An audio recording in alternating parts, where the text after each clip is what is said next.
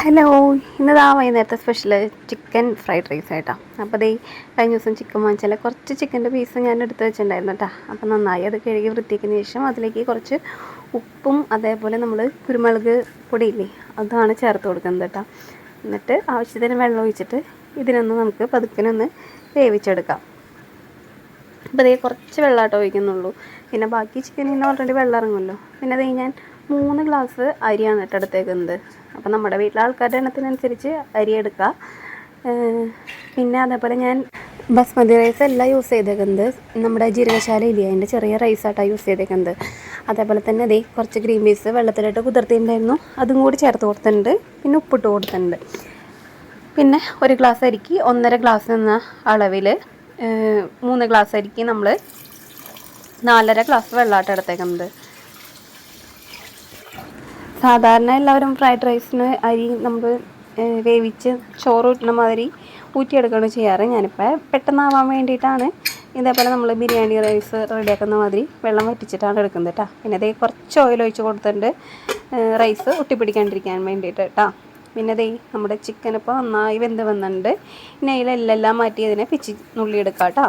പിന്നെ നെക്സ്റ്റ് നമ്മൾ റൈസ് ചെയ്യുമ്പോഴേക്കും സർലാസ് ഉണ്ടാക്കാമെന്ന് വിചാരിച്ചു. അതേ ഒരു സബോള തൊണ്ടെല്ലാം കളഞ്ഞ് കഴുകി വൃത്തിയാക്കി ഇതേപോലെ ചെറുതായിട്ട് അരിഞ്ഞെടുക്കാം കേട്ടോ. അപ്പോൾ വീഡിയോ ആദ്യമായിട്ട് കാണുന്ന ആരെങ്കിലും ഉണ്ടെങ്കിൽ ചാനലൊന്ന് സബ്സ്ക്രൈബ് ചെയ്യാനും സപ്പോർട്ടാക്കാനും മറക്കരുതേ.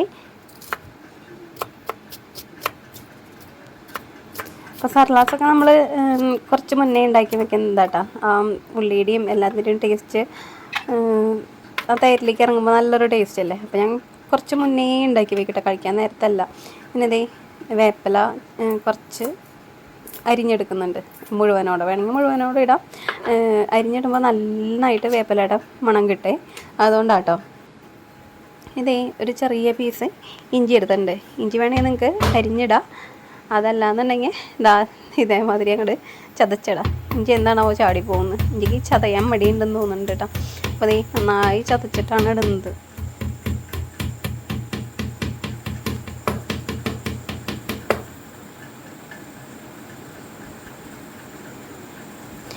ഇനി നമ്മുടെ സബോളയുടെ മിക്സിയിലേക്ക് കുറച്ച് ഉപ്പും കൂടി ഇട്ടിട്ട് കൈ വെച്ചിട്ട് നന്നായി ഇതിനെ ഞരടി എടുക്കുന്നുണ്ട്. ആ സബോളയിൽ നിന്ന് അതിൻ്റെ വെള്ളമൊക്കെ ഇങ്ങനെ ഇറങ്ങുന്ന ഒരു പരിവാവില്ലേ, അതേമാതിരി നന്നായി നമ്മൾ കൈ വെച്ചിട്ട്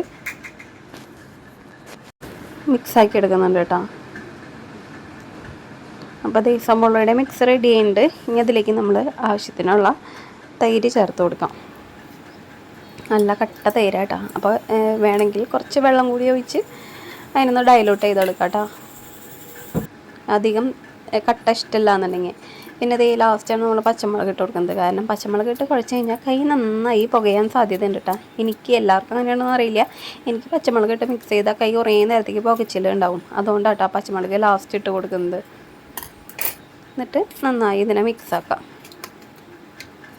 അപ്പോൾ നമ്മുടെ സർലാസിൻ്റെ പണി കഴിഞ്ഞു കണ്ടോ. ഇനി നമ്മുടെ ഫ്രൈഡ് റൈസ് റെഡിയാക്കാൻ പോകട്ടെ. അപ്പോൾ ഞാൻ പച്ചക്കറിയായിട്ട് ക്യാബേജ്, ക്യാരറ്റ്, ക്യാപ്സിക്കം, അതേപോലെ തന്നെ നമ്മുടെ ഉള്ളിത്തണ്ട്, കുറച്ച് മല്ലിയിലയും പുതിനയിലയും കട്ടാക്കി വെച്ചിട്ടുണ്ട്. ഒരു 2 വലിയ വെളുത്തുള്ളി ഉണ്ടല്ലോ, അതും ചെറുതായിട്ട് നോക്കി വെച്ചിട്ടുണ്ട്. പിന്നെ 3 മുട്ട എടുത്തിട്ടുണ്ട്. 3 മുട്ടയിൽ കുരുമുളക് പൊടിയും ഉപ്പിട്ട് മിക്സാക്കി വെച്ചതാട്ടോ. പിന്നെ നമ്മുടെ റൈസെല്ലാം വെന്ത് വന്നിട്ടുണ്ട്. ഗ്രീൻ പീസൊക്കെ ഫുൾ അടിയിൽ കിടക്കാം കേട്ടോ. ഇനി നമുക്ക് നമ്മുടെ വെജിറ്റബിൾസിന് ആദ്യം വേവിച്ചെടുക്കാം. അപ്പോൾ ചീനച്ചട്ടിയിലേക്ക് ആദ്യം ബട്ടർ ഇട്ട് കൊടുത്തിട്ടുണ്ട്. ഉപ്പുള്ള ബട്ടർ കേട്ടോ അത്. അപ്പോൾ ബാക്കിയുള്ള കാര്യങ്ങളിലൊക്കെ അത് കാരണം ഞാൻ നോക്കിയിട്ടാണ് ഉപ്പ് ചേർത്ത് കൊടുക്കുന്നത്. പിന്നെ കുറച്ച് ഓയിലും കൂടി ഒഴിച്ച് കൊടുത്തിട്ടുണ്ട്. നിങ്ങൾക്ക് വേണമെങ്കിൽ ഡാൽഡ യൂസ് ചെയ്യാം കേട്ടോ. അപ്പോൾ ആദ്യം തന്നെ ഞാൻ നമ്മുടെ വെളുത്തുള്ളിയില്ലേ അതാണ് ഇതിലേക്ക് ചേർത്ത് കൊടുക്കുന്നത്. വെളുത്തുള്ളി അധികം മൂക്കാനൊന്നും നിൽക്കണ്ട. അതിന് മുന്നേ തന്നെ ഒരു 2 സെക്കൻഡിനുള്ളിൽ തന്നെ നമ്മൾ അതിലേക്ക് ക്യാബേജ് ചേർത്ത് കൊടുക്കുന്നുണ്ട് ആദ്യം. ഇങ്ങനെയൊക്കെ ആകുമ്പോൾ കുട്ടികളൊക്കെ പച്ചക്കറികളൊക്കെ മുഴുവനായിട്ട് അങ്ങോട്ട് കഴിച്ചോളുമല്ലോ. അപ്പോൾ പിള്ളേരെ പച്ചക്കറിയൊക്കെ കഴിപ്പിക്കാൻ ഇതേപോലെയുള്ള ട്രിക്കുകളൊക്കെ നടക്കുള്ളൂ. അതാകുമ്പോൾ അതിൽ മിക്സ്ഡായി കിടക്കുന്ന കാണുമ്പോൾ അവർ കഴിച്ചോളൂ കേട്ടോ. പിന്നെ ക്യാബേജും അധികം വാടണ്ട, അതിൻ്റെ ആ ഒരു റോസ് സ്മെല്ലൊന്ന് മാറിക്കഴിഞ്ഞാൽ അപ്പോൾ തന്നെ നമ്മളതിലേക്ക് ക്യാരറ്റും കൂടി ചേർത്ത് കൊടുത്തിട്ടുണ്ട് കേട്ടോ. ക്യാരറ്റും ലൈറ്റായിട്ടൊന്ന് കുക്കായി വന്നാൽ മതി, അധികം അങ്ങോട്ട് നമ്മൾ വേവിച്ചെടുക്കണില്ല കേട്ടോ.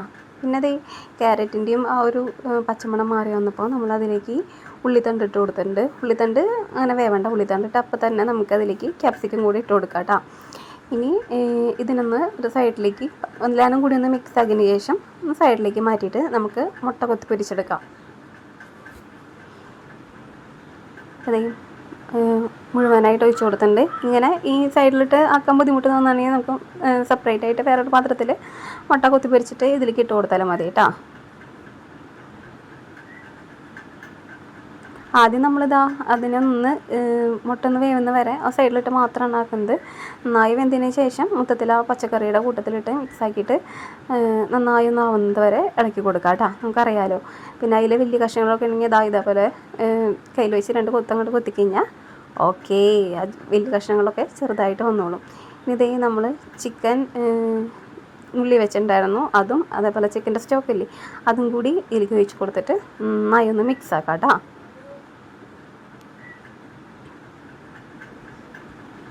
വളരെ എളുപ്പമല്ലേ ഫ്രൈഡ് റൈസ് ഉണ്ടാക്കാനായിട്ട്. ബിരിയാണി ഉണ്ടാക്കണേക്കാൾ എളുപ്പം തോന്നുന്നത് ഫ്രൈഡ് റൈസ് ഉണ്ടാക്കാനാട്ടോ. എന്താണ് നിങ്ങളുടെ അഭിപ്രായം ഒന്ന് കമൻറ്റ് ചെയ്തേക്കാം കേട്ടോ. പിന്നെ ദേ നമ്മുടെ റൈസിനെ മൊത്തത്തിൽ ഇതിലേക്ക് ഇട്ട് കൊടുക്കുന്നുണ്ട്. അപ്പോൾ ദേ കറക്റ്റായിരുന്നു വെള്ളത്തിൻ്റെ അളവ്, വെള്ളമൊക്കെ വറ്റി വന്നിട്ടുണ്ട് കേട്ടോ. കണ്ടോ. പിന്നെ നമ്മൾ വൈകുന്നേരം ആയിപ്പോയി കേട്ടോ ഇത് മിക്സാക്കാൻ എടുത്തത്. അതുകൊണ്ട് ഇങ്ങനെ റൈസ് ഇങ്ങനെ കട്ടയായിട്ടിരിക്കുന്നത്. വേവിച്ചപ്പോൾ തന്നെ ആക്കാന്നുണ്ടെങ്കിൽ കുഴപ്പമില്ല, അതിങ്ങനെ വിട്ട് വിട്ട് പോകുന്നുള്ളൂ. ഇപ്പം നല്ല കട്ടയായിട്ടിരിക്കുകയാണ്. പക്ഷേ ഇതിങ്ങനെ പൊടിഞ്ഞു പോവും, അരി നുറുങ്ങി പോകുന്നൊന്നും വിചാരിക്കേണ്ട. നമ്മളിങ്ങനെ പതിയെ കുറച്ച് ക്ഷമയോട് കൂടി ഇതിനങ്ങനെ കുറച്ചീശെ കയ്യിൽ വെച്ച് ഇങ്ങനെ അടർത്തി മാറ്റിയിട്ട് മിക്സാക്കി എടുക്കുക. ചൂടാകുമ്പോൾ ഓട്ടോമാറ്റിക്കലി ആ അരി വിട്ട് പോകുന്നുള്ളൂ കേട്ടോ. അപ്പോൾ കുറച്ചും കൂടി വലിയ പാത്രം വേണ്ടതായിരുന്നു. എനിക്കിനി വേറെയിലേക്ക് പകർത്താനുള്ള മടി കാരണം ഞാൻ ഇതിൽ വെച്ച് തന്നെ കുറച്ചീശായിട്ട് മിക്സാക്കിയിട്ട് എടുക്കുന്നുണ്ട് കേട്ടോ. പിന്നെ നമ്മളിതിൽ വേറെ സോസും കാര്യങ്ങളൊന്നും ചേർത്തിട്ടില്ല. അതല്ലാതെ തന്നെ നല്ല ടേസ്റ്റാണ്. കണ്ട റൈസൊക്കെ കറക്റ്റ് പാകത്തിനാണ് വന്നേക്കുന്നത്. കട്ട പിടിച്ചിരിക്കുന്ന എതി പൊടിഞ്ഞു പോയിട്ടൊന്നുമില്ല കേട്ടോ. അപ്പോൾ എല്ലാവരും ഒരു പ്രാവശ്യം ഇതേപോലെ ട്രൈ ചെയ്ത് നോക്കുക, ഫീഡ്ബാക്ക് അറിയിക്കുക. ഇഷ്ടപ്പെട്ട ലൈക്കും കമൻറ്റും ചെയ്യുക, ചാനലൊന്ന് സബ്സ്ക്രൈബും ചെയ്യുക കേട്ടോ. പിന്നെ സോസ് ഒഴിച്ച് കഴിഞ്ഞാൽ ഇതിൻ്റെ കളറൊന്ന് മാറിപ്പോകും കേട്ടോ. ഈ വൈറ്റ് കളർ എന്നുള്ളത് മാറി ചെറിയൊരു ഡാർക്ക് കളറിലേക്ക് ആയിപ്പോവും. സോസ് ഒഴിച്ചില്ലെങ്കിലും കുഴപ്പമില്ല. പിന്നെ എരിവ് ഇഷ്ടമുള്ളവരാണെന്നുണ്ടെങ്കിൽ കുറച്ചും കൂടി നമുക്ക് ഇതിലേക്ക് കുരുമുളക് പൊടി ചേർത്ത് കൊടുക്കാം. കുട്ടികൾക്കൊക്കെ അധികം എരിവ് ഇഷ്ടം ഉണ്ടാവില്ലല്ലോ. ഫ്രൈഡ് റൈസിന് കുരുമുളക് പൊടിയാണ് ഏറ്റവും നല്ല ടേസ്റ്റ് വരുന്നത് കേട്ടോ. പിന്നെ അതേ നമ്മളിതിലേക്ക് കുറച്ച് മാറ്റിയതിന് ശേഷം ടൊമാറ്റോയും അതേപോലെ സോയയും കുറച്ച് വിനാഗിരിയും പഞ്ചസാര കൂടി മിക്സ് ആക്കിയിട്ട് ബാക്കിയുള്ളതിൽ കുറച്ചിൽ ഒഴിച്ച് കൊടുത്തിട്ടുണ്ട് കേട്ടോ. ഇനിയിപ്പോൾ അതേ ഞാൻ സർലാസ് കൂടി കഴിച്ച് നോക്കാം കേട്ടോ. ചൂടോട് കൂടി നല്ല സൂപ്പറായിട്ടുണ്ട്. സത്യമായിട്ടും ഒരു പ്രാവശ്യം എല്ലാവരും ട്രൈ ചെയ്ത് നോക്കാം കേട്ടോ.